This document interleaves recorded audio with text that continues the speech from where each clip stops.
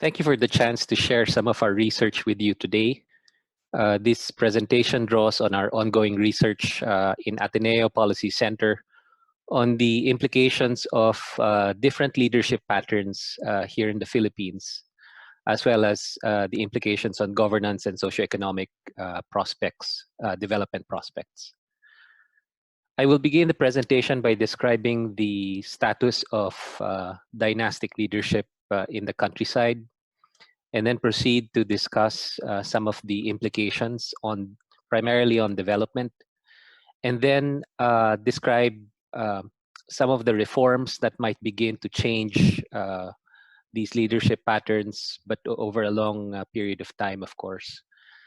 And then end the presentation with a discussion of the emerging middle class in the Philippines and how it might interact with this leadership pattern for the country. Let me begin by describing the type of dynastic leadership that we have been studying. We have identified two main types. One is the thin dynasty, sunod-sunod, and the other one is fat dynasty, sabay-sabay, which is essentially leaders that run together and essentially win at the same time and govern at the same time.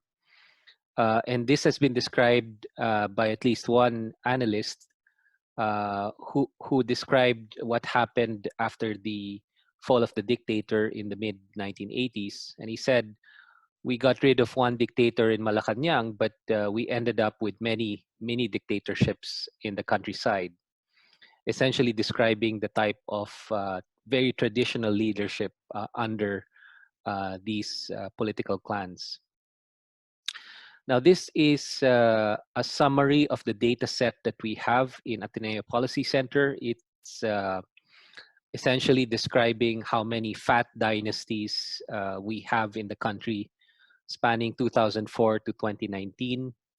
And the definition of fat dynasty is any political clan with at least two family members simultaneously serving in office in the local government.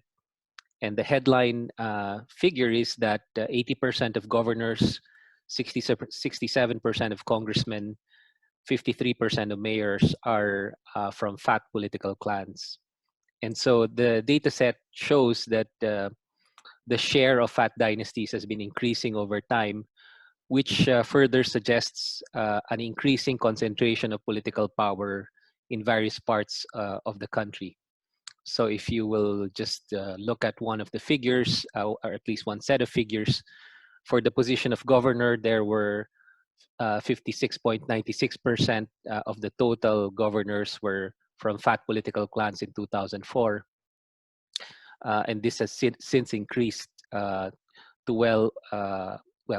around 80% of governors by 2019. The impact, of course, in terms of the pattern of governance is well known. This is well studied in the political science literature, also in our empirical analysis of the impact of political dynasties on poverty and development. And I'll just show you some of the main findings. This is an anecdote from the city of Manila, where citizens are lining up for balato after the 2013 elections, as their new mayor was elected, and they somehow expected to receive some kind of boon from this election. And their new mayor is a convicted plunderer. And of course, the challenge since our discussion today is focused on youth. Even young people were brought to line up and participate in this event. And it does suggest to us a continued miseducation about our democracy involving many of our citizens. Here's another anecdote, and this was during a time when the mayor of Makati City was essentially facing corruption allegations. And I won't focus on him. I'm actually going to focus on one of the citizens that was from Makati City who was interviewed by media on one of those nights when they were having these events in Makati. And this particular citizen said, meron mang kinurap, hindi naman pinabayaan ng tao, di ba? And this basically suggests an extreme form of loyalty to a local leader, even though it's been shown, apparently, that this local leader is tainted with corruption. And of course, it does suggest that it's not just the leaders that we need to change, but also the mindset of many of our voters. And what is the implication? Of course, this is our empirical study. Point of Pride, it's one of the few studies looking at the impact of political dynasties on poverty and underdevelopment in the Philippine countryside. And it's published in Oxford Development Studies. And it shows that there is significant evidence that more dynasties cause greater poverty, notably outside of Metro Manila. And it does suggest to us that the balance of impact from poverty to dynasties or dynasties to poverty is from dynasties to poverty, meaning more dynasties lead to greater poverty and underdevelopment. Now, having said this, there appears to be some growing hunger in various jurisdictions for alternative leadership, which is probably what groups like yours might want to focus on, how to strengthen this latent demand for alternative leadership and how to supply these alternative leaders. I'll just show you a few examples in the last elections where uh, um, a relative newcomer essentially ends a very long-lived political clan, political dynasty. So this is in Pasig City, where a very young mayor, Vico Soto, at 29 years old then, took over and defeated a political dynasty that was a fat political dynasty in Pasig City for almost 3 decades. This is Baguio City, another example where a relative newcomer mayor, Benji Magalong, defeated a very, very long-lived clan in that area. And again, you have an example where um, there is a city, there is a jurisdiction that displays hunger for alternative leadership. And of course, the mayor of Manila, Isko Moreno, at 44, who is not from a political dynasty, defeated one of the bigger political dynasties in the country, the head of one of the bigger political dynasties, former President Joseph Estrada, and basically ushers new leadership in one of our older cities. Uh, and here's another example, the new governor of Dinagat Islands, Governor Kakabag-Ao, at 49, defeated Ben Glenn Ecleo, who is from the resident fat political dynasty in Dinagat Islands. And this is crucial, these types of patterns, these types of leadership changes, because they do signal a latent demand for alternative leadership. If I can give you an image of Dinagat Islands, this is a snapshot of what you would see if you're going into the port of Dinagat Islands. And Dinagat Islands is one of the poorest provinces in the country, where poverty is somewhere in the neighborhood of 70 to 80% incidence. Poor fishing village near the port, and then you will see near the top of that hill the house of the resident political clan that used to um, control many parts of Dinagat Islands and certainly the governorship. So that's often referred to by the people of Dinagat Islands as White Castle. Um, but even in Dinagat Islands, there appears to be a demand for alternative leadership, which is something that we should probably better understand and find ways to support in terms of pushing reform and change for the better in terms of Philippine politics. So now that we're talking about reforms, let me just share with you some of the key reforms that we think will be quite useful for the Philippines, not just economically, but also politically, in order to begin to change not just the economy, but also the political landscape. First, before going to the reforms, we must acknowledge that we do anticipate that the youth peak in the country will take place somewhere in mid-century. This is around 2054, according to UN estimates, when we will have an estimated 23 million young people um, in the youth group, and this will, of course, signal a very big cohort entering the labor force, but also potentially the voting bloc or voting body. And you have one of the key reforms that has been pushed in recent years, which is the reforms in the Sangguniang Kabataan Law. And it already includes dynastic regulation component, which prevents dynasties from running in the SK, these dynasties until the second degree of consanguinity or affinity. And it already displays that we will be able to control and regulate political dynasties, at least in the SK, and potentially in all of the rest of the positions if we had the political will to include such a dynasty regulation component for the broader set of leaders. Um, Let me just start with this quote. When the wealth of a nation is used by a handful uh, to control the population as virtual slaves, then it is unhealthy because it's no longer a democracy. And this was a quote by then a very young Senator Ninoy Aquino.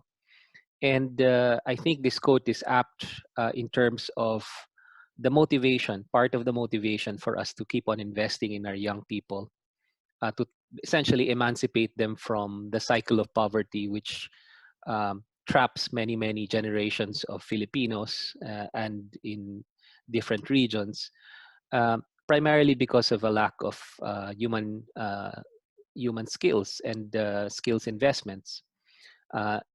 Including, of course, education. So one of the things that we have done successfully in the past decade or so is introduce stronger social protection and stronger and more inclusive education to try and invest heavily in our young people, since we are a very young country.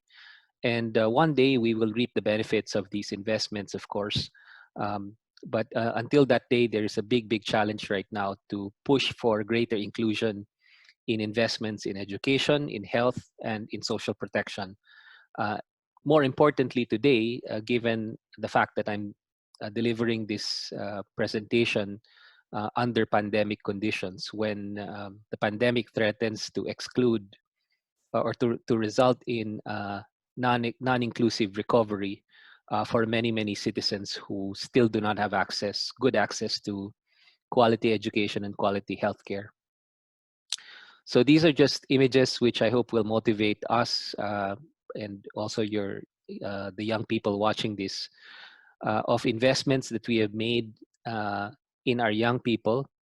Young people all over the country who may not have been able to attend high school and college if it were not for us taxpayers and citizens and our country collectively investing in their future, which is also a collective investment in all our future, to the extent that we will benefit also from a younger, more competitive labor force at some point.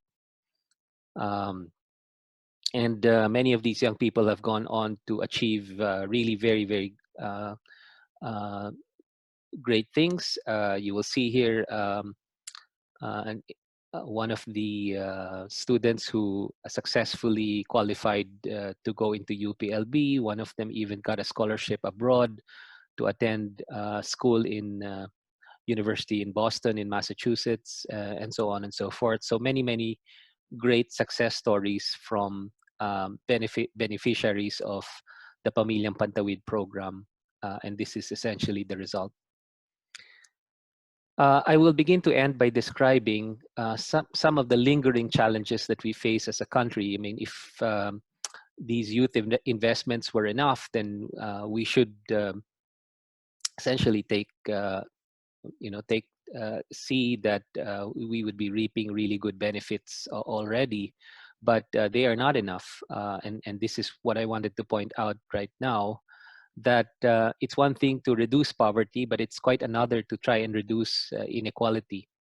And right now, we are potentially successfully elevating many into the middle class by reducing poverty. So technically, these are large groups of Filipinos who are not technically poor anymore, but are still quite vulnerable to shocks, and such as what we're seeing right now under the pandemic. So the other point to make here is that not only are we still seeing a lot of Filipinos vulnerable to shocks, but we're also seeing quite a big degree of inequality in the country. So we are reducing poverty, but not necessarily reducing inequality. And that is going to impact on our politics as well. And I noted that the previous discussion was about populism. So I'll try to connect to that discussion as I end my presentation. So this is just a snapshot of the income pyramid for the country. So 4.2 million poor Filipinos, about 7.1 million Filipinos in the lower income class, about 9.8 million Filipinos in the middle income class, and then on the top, around 320,000 Filipinos. But if we all add up the low income and poor Filipinos, that's about 11.3 million Filipino households who classify under low income and poor classes, which is Filipinos living on 16,000 pesos per month or less. And they collectively account for about 53% of the population. So this pyramid just gives us a snapshot of the high inequality in our country, which we have never been able to reduce, even as we managed to grow our economy since the fall of the dictatorship in the mid-1980s, and even as we are right now in the process of reducing poverty, at least pre-COVID. COVID threatens to erode some of those gains, but the point to make here is that over time we have been able to reduce poverty with strong economic growth. But the pattern here is that we have not been able to reduce the persistent inequality and unequal structures in the country. And this may have deep political implications. As far as the international empirical literature goes, deep inequality and persistent inequality is now being linked to the rise of populist leadership in many parts of the world. And some of us analysts believe that this may be the case as well for the Philippines. So we look at populism not as any single person, any single leader, but as a wave, as a series of leaders, and as a risk of populist leaders taking advantage of the situation and rising to power. And the analysis at least points to the risk of populism increasing so long as inequality remains persistent and entrenched. So let me just show you and remind you again the voting patterns from the 2016 presidential elections, since this is presumably part of preparing for the 2022 elections. And you'll see here a snapshot of how divided the country was in terms of the leader that different regions, different provinces selected. And essentially the North, Luzon, Visayas, and Mindanao had different picks. And you will see that if many leaders do run for office, you may have this opportunity once again for a populist leader to take advantage of the division and the many choices, and then solidify a base from which to win the elections. And this is how the 2016 results were interpreted by many. Um, in terms of who elected the president, and I'll mince no words, he's often considered now as one of the populist leaders that we are trying to analyze and better understand and watch out for in the literature. um, you'll see that his voting base was not exactly the traditional poor voting base. In fact, his lead over the next candidate, Mar Rojas, was 26 points in class ABC, which is the top income class, compared to 17 points only in class D and only 7 points in class E. So his main support was elite support, actually, not poor support.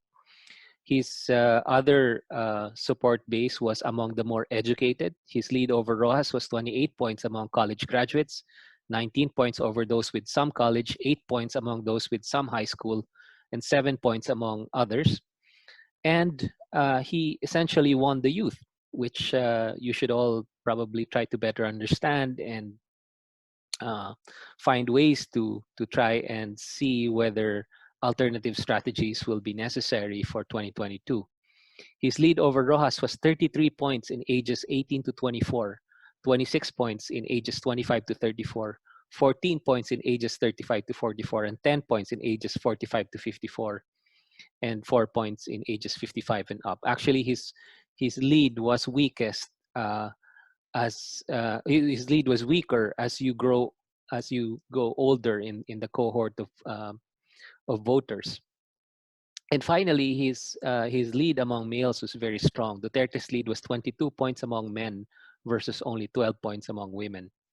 So let me begin to wrap up by saying that if we want to introduce change politics in the country, we do want to keep abreast of the dynastic leadership patterns and see to what extent we can better educate our citizens, our voters, on the negative implications of these dynasties, and then to try and support those immediate reforms that can make a big difference immediately, but as well as the longer term investments that we need in order to reap dividends, not just for our economy, but also our political system. And I'm referring to stronger and more inclusive education, health, and social protection. And then finally, even as we see that we're investing in education, we're investing in health, we're reducing poverty, even though it's sort of slow, um, that the pattern of inequality that we face in the country is still something that we need to address in a very big way if we're to see the risk of populism contained and mitigated over time. Otherwise, it appears that if you look at the international evidence and also the evidence here in our country, that the risk of populism is going to be real and it's going to be palpable as long as many of these structural inequalities remain. Thank you very much for the chance to share with you these thoughts for today.